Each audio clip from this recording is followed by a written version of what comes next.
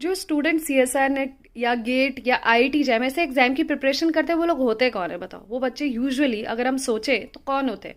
या तो हमने अपने बीएससी में हाईएस्ट मार्क्स कॉलेज में अचीव किए हो, एमएससी में हाईएस्ट मार्क्स कॉलेज अचीव किए हो, और फिर उसके बाद यहाँ पे आके एकदम लगता है ना कि यार वहां के तो हम टॉपर हुआ करते थे और क्यों हमसे ये एग्जाम क्वालिफाई नहीं हो रहा, हमने एक बार दे दिया, दो बार दे दिया, या फिर हम पहली बार दे रहे हैं तो हमें इतना ज्यादा सिलेबस क्यों लग रहा है, जबकि हमने तो बहुत अच्छे मार्क्स अचीव किए हैं अपने ग्रेजुएशन में, अपने पोस्ट ग्रेजुएशन में।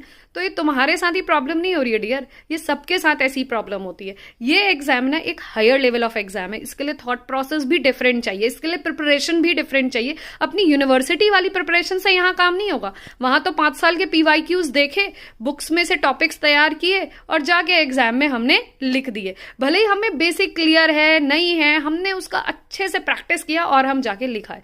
वहां से हमें सिर्फ एक चीज सीखनी है कि अगर हमारे कॉन्सेप्ट क्लियर नहीं है तो यहाँ के लिए कॉन्सेप्ट क्लियर होने चाहिए।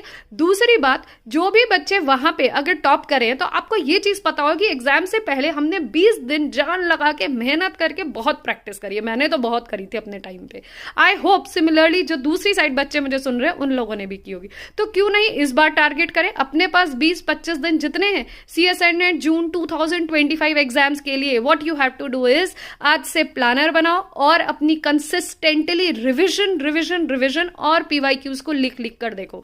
जहां लग रहा है कि पीवाईक्यूज नहीं हो पा रहे उनके सॉल्यूशंस देखो और उनके सॉल्यूशंस को दोबारा तिबारा फिर रिवीजन करो। और जो भी टॉपिक पढ़ रहे हो स्ट्रेटेजिकली पढ़ो, ये देखो कि 22 में, 23 में, 24 में किस तरीके से क्वेश्चंस उनसे आए हैं और उन टॉपिक्स को ज्यादा मेजरली सॉल्व करने की कोशिश करो। क्योंकि पिछले 3 साल में जैसा पेपर आया ना, वैसे ही ऑलमोस्ट 70 to 75% जो पेपर है वैसे ही आएगा। उन्हीं टॉपिक्स के आगे पीछे क्वेश्चंस इस बार भी आएंगे। ऐसा नहीं है कि 15-16 में जो क्वेश्चंस आए उस टाइप के नहीं आएंगे, आ सकते हैं, बट मेजरली आपको यह पता चलेगा कि 22-23 में किस तरीके का लेवल इंक्रीज हुआ है, तो उससे आपको और क्लैरिटी मिलेगी। तो do revision properly, don't take any stress. Thank you.